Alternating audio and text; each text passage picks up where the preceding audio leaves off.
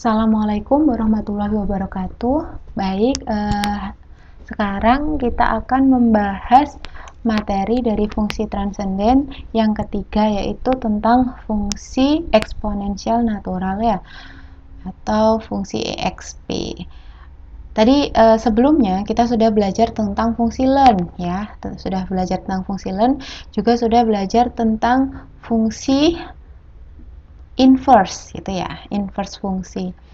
Nah, ternyata exponential function atau fungsi eksponensial natural ini itu adalah inverse dari len, atau bisa kita katakan gitu ya. Misalkan y itu sama dengan len x. Nah, seperti yang saya jelaskan sebelumnya, len itu kan sebenarnya logaritma ya, atau y itu sama dengan e log x gitu. Maka kita juga bisa peroleh apa? E pangkat y itu sama dengan x. Benar kan ya? E pangkat y itu sama dengan x.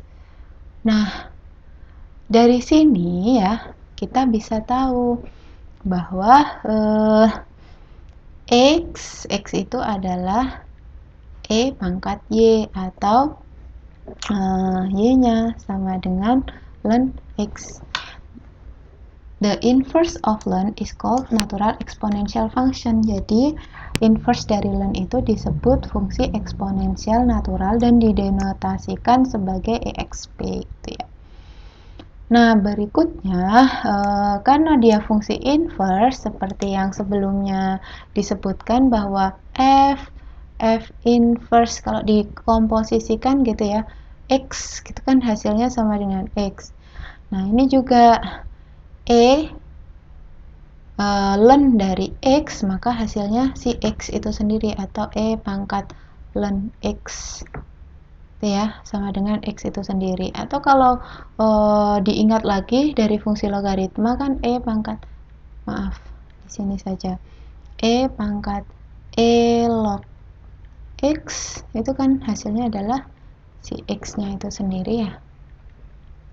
Tuh, begitu juga untuk len eksponensial y, maka hasilnya itu adalah y-nya itu sendiri. Nah, ini untuk x yang bernilai positif. Berikutnya, kalau dilihat dari grafiknya ya, grafik y sama dengan len x itu kan seperti ini. Nah, kalau eksponensial x bagaimana grafiknya ya? Seperti dicerminkan saja terhadap fungsi y sama dengan x, garis y sama dengan x ya. Jadi ini adalah grafik dari y sama dengan eksponensial x gitu ya. Lalu exp tadi juga bisa ya, ini ya yang tadi saya sebutkan itu disimbolkan sebagai e. E itu adalah suatu bilangan positif real yang unik gitu ya, sehingga len e itu sama dengan 1, atau e log e itu sama dengan 1 gitu ya. Berikutnya, sebenarnya E itu apa sih? Jadi E itu adalah suatu bilangan natural yang ditemukan di alam ini gitu ya, oleh Pak Leonhard Euler. Ya. Dan nilainya adalah E sama dengan 2,718281 dan seterusnya.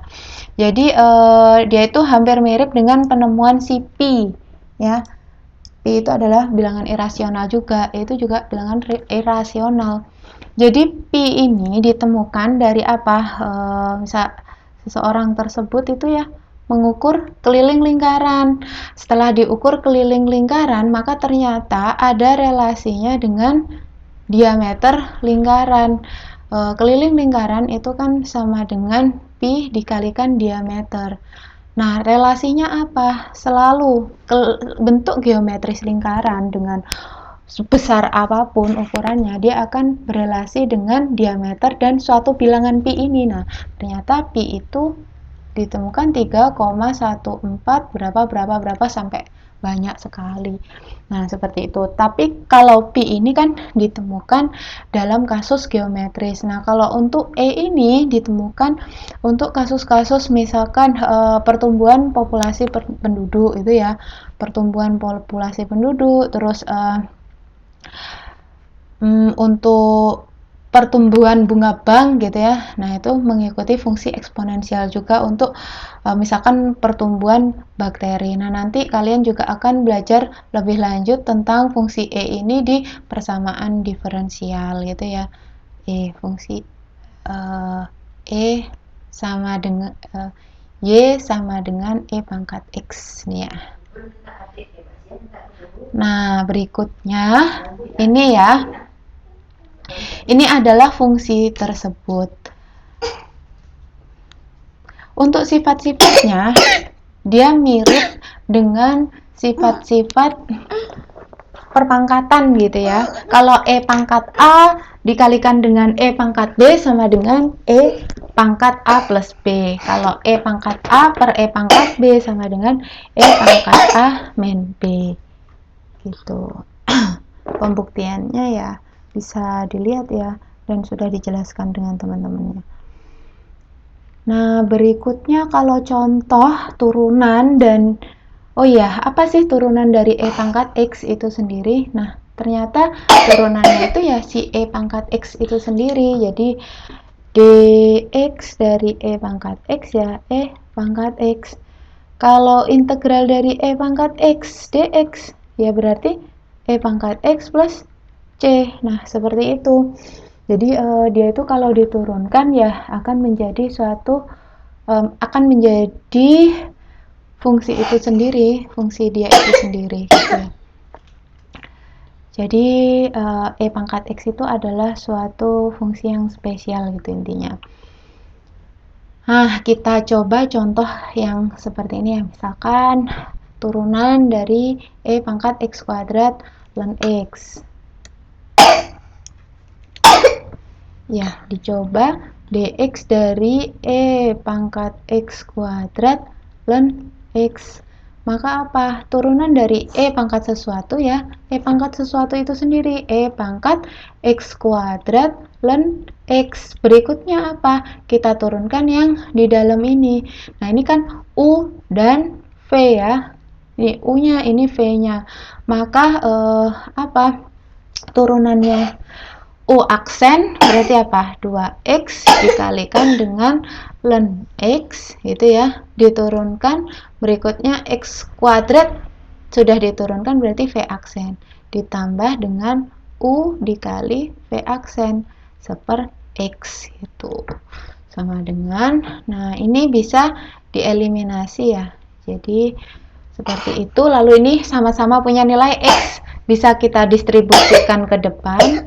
Jadi ini adalah x E pangkat X kuadrat ln X dikalikan dengan 2 ln X, itu kan karena X nya sudah ke sini ya, 2 ln X atau bisa juga ln X kuadrat kan gitu ya, ditambah dengan 1, ini X nya sudah ke depan. Jadi seperti itu. Berikutnya kita ambil contoh lagi, misalkan yang lain, yang mana ya? Oh, yang ini ya. Coba misalkan integral dari 6e pangkat seper x dibagi dengan x kuadrat dx. Nah, seperti biasanya ya dengan metode substitusi, kita misalkan U-nya sama dengan 1 per x. Maka du per dx-nya berapa? Du per dx-nya berapa? X pangkat min 1 berarti berapa? Min seper X kuadrat gitu kan. Dengan demikian dx-nya adalah du dikalikan dengan min X kuadrat. Itu ya.